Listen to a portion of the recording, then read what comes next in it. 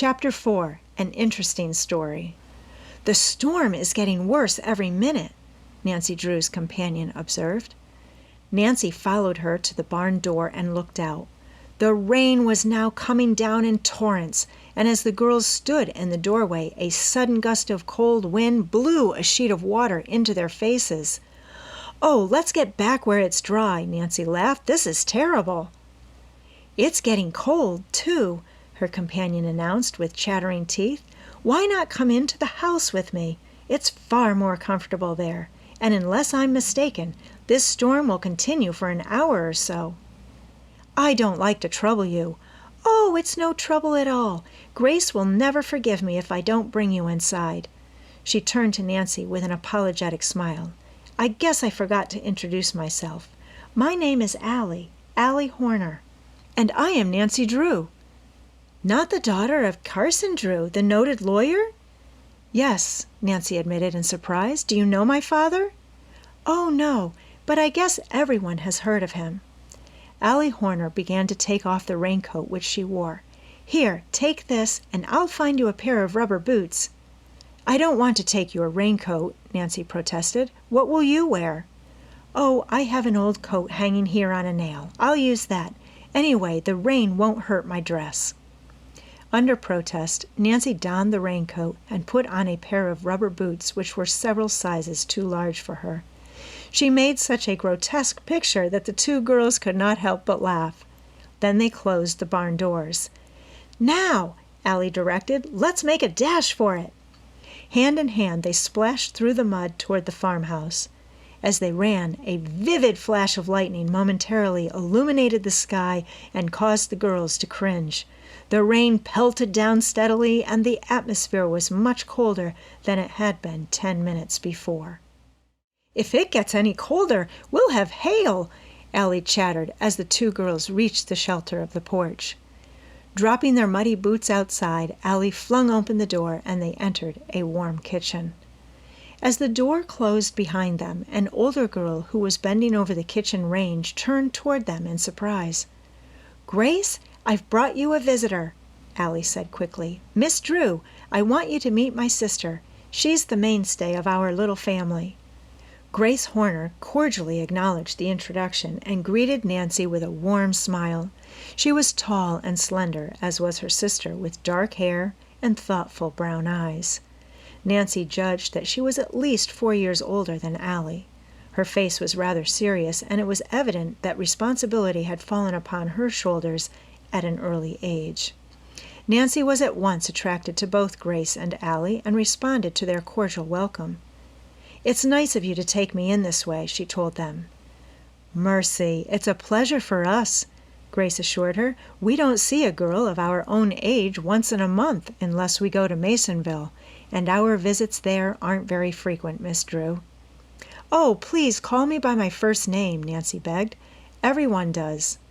The three girls were soon laughing and talking together as though they had always been friends. Nancy knew that she was going to like the Horner girls, and it was evident they were delighted with her. Presently, Grace deftly removed a cake from the oven and set it on the table to cool.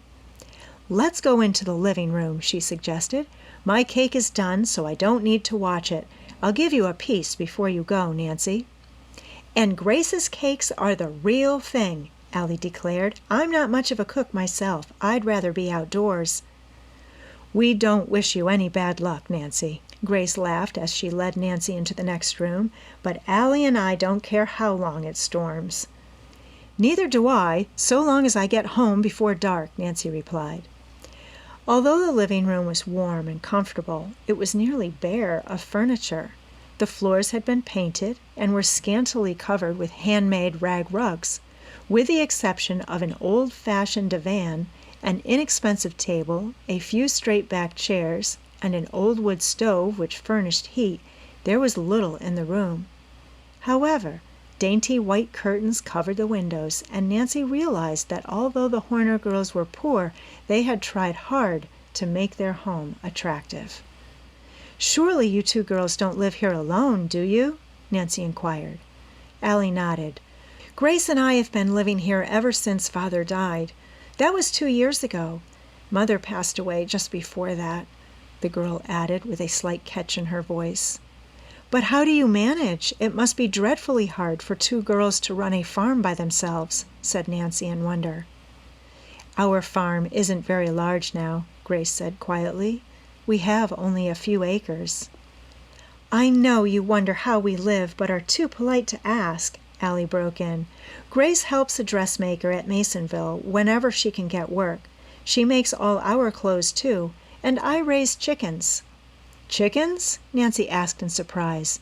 Can you make much at that? Well, it all depends. This year the market hasn't been so high as usual, and the price of eggs has dropped too. But I enjoy the work, and I could make it pay if only I could afford to start a flock of white leghorns. Allie is a regular outdoor girl, Grace explained with a smile. We divide our work. I attend to the house, but she would rather be outside. We get along very nicely in the summer, Allie went on. We raise vegetables and have enough for our own use, but in the winter it's hard. I don't know how we'll manage this year. We'll find a way, Allie, Grace told her with a brave smile. We always have. She arose from her chair and turned to Nancy. I'm sure you're not interested in our misfortunes. It's true that we're poor, but we can still offer a guest a cup of tea. Excuse me while I make it. It was on the tip of Nancy's tongue to protest, but she checked the words just in time. She knew that Allie and Grace were proud, and that to refuse their hospitality would hurt their feelings. I wish I could help them, Nancy thought, but if I offer to pay for the tea, they will be offended. Perhaps later on I can engage Grace to make a dress for me.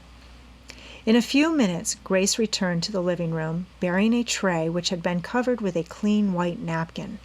She poured the tea and served the cake with as much poise as though she were gracing an elegant drawing room. I never tasted more delicious cake in all my life, Nancy said warmly. The 3 girls chattered over the teacups and watched the rain beat against the windows. Presently, as Nancy noticed an unusual picture on the wall, she commented on its beauty. Uncle Josiah gave it to us, Allie told her. If he were only alive now, things would be different. At the mention of the name, Nancy started. Could it be that Allie referred to Josiah Crowley? It was very unlikely, she decided, yet only the week before, her father had told her that there were 2 girls living on the river road who should have figured in the will. The relationship would be worth investigating, Nancy told herself. Then your uncle is dead? She inquired sympathetically. Josiah Crowley wasn't really our uncle, Grace replied, but we loved him as much as though he were a relative. Her voice broke, and for a moment she could not go on. He lived next door to us. That was when Mother and Father were alive. All of our misfortunes seemed to come at once. He was the dearest man you ever saw, Allie added, taking up the story. Some people thought him queer, but you never minded his peculiar ways after you knew him. He was so good and kind to us. We were neighbors for years, until the Tophams induced him to live with them. After that, everything was changed. But he never liked it with the Tophams, Grace declared. They weren't kind to him, and he used to sneak off to visit us, didn't he, Allie? Yes, he often said that we seemed like his own children. He brought us so many nice gifts. We loved him for himself and not his money. But after our parents died, he hinted that he intended to see to it that we never came to want. I remember the very last day we ever saw him alive.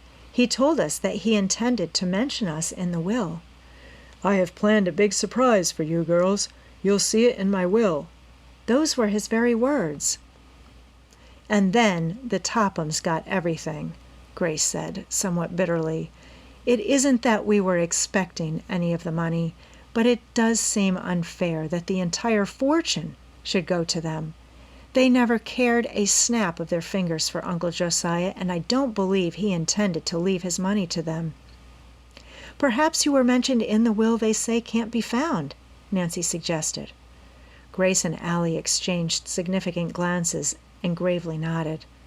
That's just what we think, Allie announced. Can't something be done about it? It seems only fair that you should have your inheritance. I'm afraid there's nothing we can do, Grace said doubtfully. You see, although we are certain a will was made in our favor, we have no actual proof. We haven't enough money to fight the case. The Tophams ought to do something for you girls. The Tophams? Allie laughed scornfully. They wouldn't give us a cent. For some time, Allie and Grace Horner talked of Josiah Crowley and his queer ways. To Nancy it was evident that the girls had loved the old man a great deal. Presently, as the rain ceased and the sun threatened to break through the clouds, Nancy arose to leave. Your story has interested me a great deal, she assured the Horner girls. It's possible my father can do something to help you. He is a lawyer, you know. Oh, we weren't asking for help, Grace interposed quickly. I don't know why we happened to tell you so much. I'm glad that you did, and if I can, I want to help you. If my father asks you to come to his office in River Heights, will you do it? Why, yes, I suppose so, Grace admitted slowly. But we have told you about everything we know concerning the will. My father is a wonder at unearthing hidden facts, Nancy declared. It's kind of you to tell your father about our case, Allie broke in. We'd be so grateful if something could be done. We don't want a cent that doesn't belong to us, but it does seem as though we should have received a small inheritance. Don't build up your hopes until after I've talked with my father, Nancy advised them as she turned toward the door. If anything can be done, I promise I'll let you know.